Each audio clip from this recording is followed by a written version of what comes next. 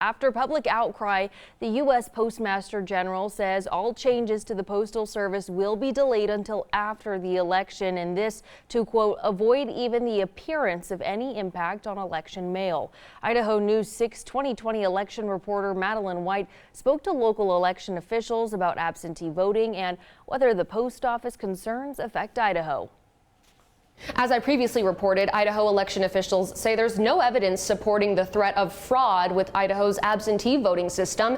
And now they're saying Idaho would likely not have been affected by the Postal Service's recent concerns to begin with, despite the service previously warning states that some absentee mail-in ballots may not be delivered in time to be counted. For Idaho voters, I don't think we need to be concerned. Election officials pointing out that there's an important distinction to make when understanding the Postal Service's concerns. One of the things that the Postal Service called out last week was encouraging election officials to use first-class postage in order to avoid those delays that have been talked about so widely in the news. The letters, first reported by the Washington Post, show the service recommending that election officials use first-class mail to send ballots out because lower service mail, or what's referred to as marketing mail, will result in slower delivery times. But here's what officials want you to know about election ballots. Idaho, and specifically here in Ada County, we've been using first-class postage all along. So while they were making the recommendation that we use first-class mail to try and get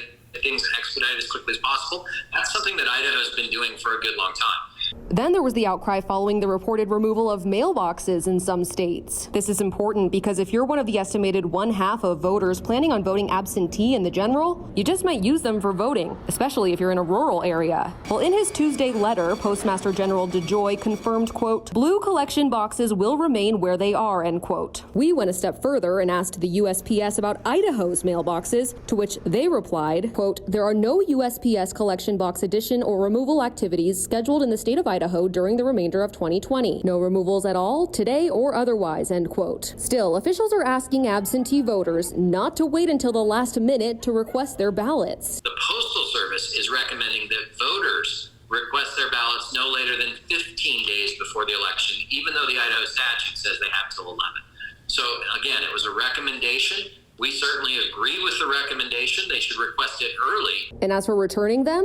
If there's still concerns, taking advantage of the drop boxes to return your ballots is a great way. When the ballot goes into that drop box, it is received and will be counted. So that's a big difference versus putting it in the mail and having to wait it for it to be delivered. There's also the option of voting in person at your polling place. That is, if you're not high risk for the virus. Madeline White, Idaho News 6. Well, as we previously reported, Idaho lawmakers will convene next week for a special session at the Capitol with the election and expected topic.